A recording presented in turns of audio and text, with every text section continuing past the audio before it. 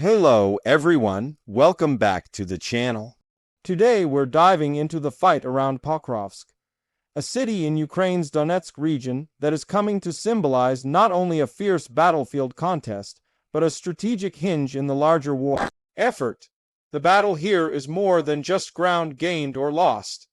It is about supply lines, morale, propaganda, and the very possibility of holding the line in eastern Ukraine. Pokrovsk, located in the heart of the Donbas, has become one of the final key hubs in Ukraine's defense towards the southeast. Analysts describe it as the last line, or at least among the last lines before Russian forces can push further into Ukraine's interior. The city sits at the intersection of highways and rail lines, making it vital for logistics, supplies in, wounded out, reinforcements. Everything hinges on maintaining access. From the Ukrainian perspective, holding Pokrovsk is essential. It protects the flanks of other major fronts, prevents Russia from using it as a springboard deeper westwards, and keeps morale intact. From the Russian perspective, capturing it would deal a strategic blow, open up routes into the Dnipropetrovsk region, and create space to outflank Ukrainian defenses. The battle so far has become a protracted one. Months of grinding urban warfare, infiltration tactics, drone strikes, logistical choke points, and a mist of uncertainty over control of specific streets or districts. One key pattern that has emerged is that this is not a simple front line with clear trenches and identified lines of control. Instead, observers describe Pokrovsk as a gray zone where Ukrainian and Russian forces intermix, where positions shift day to day, where neither side may claim full control, yet both claim progress. To understand what's at stake and how the battle has evolved, let's break it down into several parts. The strategic significance of Pokrovsk, the military dynamics on the ground, the tactics being used, the humanitarian and logistical picture, and what the potential outcomes might be, and why this matters far beyond the city limits. On the strategic view, Pokrovsk sits along the fortress belt of cities in Donetsk that Ukraine has sought to hold: Kramatorsk, Slaviansk, Drushkivka, and others. Losing ground in these cities would risk exposing larger areas of Ukraine's east to Russian advance, threatening to unravel the defense network. Moreover, Pokrovsk's role as a logistics hub cannot be overstated. Highways, rail lines, and supply corridors all pass through or near it. Russian military analysts and Ukrainian ones alike agree that if Pokrovsk falls, a major operational advantage shifts. Politically, too, both sides are trying to use the narrative. Russia wants to claim momentum. Ukraine wants to show resilience. Control of Pokrovsk becomes a symbol more than just a city.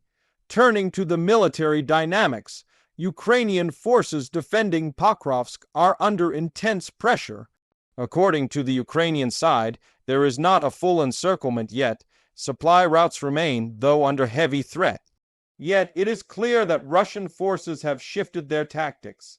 Rather than large frontal assaults alone, they are increasingly relying on infiltration, drones, precision strikes, and striking logistics and supply lines rather than just mass artillery alone. For example, the Russian use of drone attacks to target vehicles trying to bring supplies into the city has been repeatedly pointed out. On the Ukrainian side, counter-operations including insertions of special forces, helicopter insertions, targeted strikes, are being used to keep the situation from collapsing. The war in Pokrovsk has become very urban, house to house, building to building, district to district. The nature of urban warfare means high cost, complex logistics, and high casualties. News reports indicate that in this sector the fighting has been among the fiercest. The terrain and conditions complicate matters further. In many areas, the Ukrainian defenses are not able to form continuous defensive lines. Analysts describe the area around Pokrovsk as lacking a continuous front line, making resupply and rotation of units extremely difficult. This is exacerbated by the fact that Russian infiltration means that even areas that were previously thought held by Ukraine see sudden enemy presence inside them. The gray zone description means both sides are mixed, making command and control and logistics a constant challenge. For Ukrainian troops, even retrieving supplies, evacuating wounded, rotating out exhausted units becomes dangerous. For Russian troops, too, the urban fights mean their losses mount quickly as defenders have the advantages in built-up terrain. Yet strong Russian pressure, especially with superior numbers and heavy equipment, continues. The Kiev Independent warns that so long as the Russian pincers north, east, south around Pokrovsk do not fully close, Ukraine still has hope. However, the cost of holding is increasing. On the humanitarian and logistical side, the picture is severe. Civilians in and around Pokrovsk have been evacuated in large numbers. Many buildings are damaged or destroyed. Infrastructure is hammered. The residents who remain face disrupted utilities, constant shelling, drone strikes, drone surveillance, and very limited escape routes. The damage to rail lines and highways, the mining, town nature of the region all amplify the vulnerability. In one article, it's noted that Ukrainian logistic vehicles getting to the positions have to traverse zones infested with mines, drones overhead, and non-clear roads. The routing becomes perilous. For the military, resupply is constrained. Ukrainian commanders say that while there is no full blockade, the supply corridors are under constant attack and increasingly difficult to sustain. The Russian side too suffers from the urban terrain. Massed assaults cost a lot of men and material. One of the features of this fight is attrition, grinding both sides down slowly rather than a dramatic breakthrough yet. As one Ukrainian commander put it, the front here is a mess, with a bunch of our soldiers and a bunch of bastards, and all of them mixed together. Now let's consider possible trajectories and what the outcomes might be. Scenario 1, Ukraine holds. Ukrainian forces manage to stabilize their positions, plug the gaps, maintain a supply corridor, and gradually eject Russian infiltration groups. The balance stays more or less static, possibly with Ukraine launching limited counter attacks to push the enemy back from the city center or the suburbs. This would allow Ukraine to buy time into winter, maintain morale, claim resilience, and perhaps force Russia to expend more resources than it can comfortably afford. But this scenario still comes at high cost: manpower, equipment, attrition, and risk of collapse if supply fails or political leadership orders a withdrawal. Scenario 2. Ukraine withdraws or falls back from Pokrovsk. Either by necessity, supply lines collapse, losses mount, or by strategic decision, preserving troops for other sectors, Ukrainian forces pull back. Russia takes the city, or large parts of it, and uses it as a logistical hub. This would open further operational possibilities for Russian advances west or north, threaten neighboring fronts, and deliver a major symbolic victory. It might also shift the broader war dynamics, making Ukraine's defense in Donetsk more difficult. Scenario 3. The battle devolves into prolonged attrition and stalemate. Neither side fully collapses or achieves a decisive breakthrough for the time being. The city remains contested, though both sides are exhausted. Casualties continue, the fighting grinds into winter conditions, infrastructure collapses further, and the political, military stakes. Shift to wear down rather than dramatic breakthroughs. What are the implications of each? If Ukraine loses Pokrovsk, the fortress belt of Donetsk begins to show real cracks, potentially allowing Russia to bypass other defenses, threaten the Dnipropetrovsk region, and force Ukraine to reallocate forces elsewhere. If Ukraine holds, it not only maintains the line, but can claim a measure of success and perhaps buy time for reinforcement, aid, cold weather operations, and diplomatic negotiation. But the cost will be high in casualties, material, and domestic political sustainability. Let's also look at what this fight tells us about the evolving nature of warfare in Ukraine in late 2025. First, the prominence of drone warfare. Russian drone swarms targeting logistics. Ukrainian drones spotting enemy infiltration and strikes. All of these are front and center in Pokrovsk.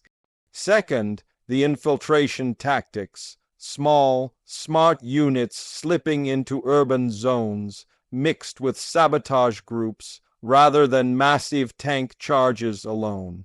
Third, the urban terrain, city fighting, dense apartment blocks, slag heaps in the mining areas, roads full of debris, all complicating everything from movement to resupply to evacuations. And fourth, the logistics dimension. The fight is as much about moving supplies, keeping fuel lines open, evacuating wounded, maintaining communication. The side that collapses logistically will likely lose. Analysts say in Pokrovsk there is no continuous defense line, and logistics are critically complicated for either side. In terms of human cost and moral dimension, we must remember, behind these strategic calculations are soldiers living in hellish conditions, civilians trapped or displaced, entire neighborhoods flattened. The narrative of last line of defense is not a metaphor. It's real for many of those fighting and living there. Holding ground may be a matter of life or death for them. The decisions from high command trickle down to those boots in trenches. The Ukrainian Defense Forces' unwillingness to make a timely withdrawal, in some analysts' view, has raised concerns of large losses. From the global vantage, what happens at Pokrovsk may influence aid decisions, morale across fronts, the willingness of allies to commit, and the message sent to Moscow, either that Ukraine can still hold, or that the war is entering a deeper crisis of defenses. Russia's willingness to throw large numbers of troops and resources here, the city is one of the few remaining major prizes in the East, shows how much is riding on it. Ukrainian leaders similarly recognize that symbolic value. Preserve Pokrovsk and the narrative remains positive. Lose it and the narrative shifts. For the battlefield, the value is also in geography, open roads, railways, flanking options. Given all of this, what should viewers keep an eye on in the coming weeks? A few signals. Changes in supply corridor status. Whether Ukraine can keep fuel, ammunition, and reinforcements coming into the city, or whether Russia increasingly chokes them off. Movement of troops. Whether Ukraine commits more reserves, rotates exhausted units, or conducts local counterattacks. Conversely, whether Russia increases its assault units, bypasses defenses, or tries to exploit flanks. Urban control reports which districts within Pokrovsk are claimed by either side, whether the gray zone description continues or one side starts asserting full control of major neighborhoods. Drone and unmanned systems activity. Are Russian drones successfully interdicting Ukrainian logistics? Are Ukrainian drones gaining superiority? Are there major attacks on rear areas, fuel dumps, rail lines? Civilian evacuation and humanitarian situation. If large numbers of civilians flee, infrastructure fails, or hospitals collapse, that may be an indicator of deeper problems for defenders. Political/morale signals. How Ukraine frames the fight, how Russia presents it. whether there are high-profile visits, whether Ukraine hints at withdrawal, whether Russia claims capture. These can indicate shifts in expectation and strategic posture. In summary, the battle for Pokrovsk is more than just one city. It is a microcosm of the larger war in Ukraine. Contested terrain, high stakes, shifting tactics, logistic strains, human cost, symbolism, and the tough reality that war is not just about ground, but about whether you can keep men alive, supplies moving, morale steady, and the narrative favorable. For Ukraine, holding Pokrovsk means holding off a serious threat, maintaining a semblance of the defensive line in Donetsk, and keeping a corridor open for reinforcements and logistics. For Russia, taking it would mark a substantial victory, open further options, and shift momentum. As we watch what happens next, the most crucial thing to remember is this: battles like Pokrovsk don't end cleanly. They bleed out. They test endurance as much as equipment. They test the will of soldiers and civilians alike. And sometimes the outcome isn't decided by who raises the flag first, but by who can hold the ground, keep the supply chain, stay alive in the rubble, and keep believing. Thank you for joining me in this deep dive. If you found this useful, be sure to like and subscribe for more frontline updates. Let me know in the comments what you're watching for next, and if there are specific fronts or battles you want me to cover. Until next time, stay informed, stay safe,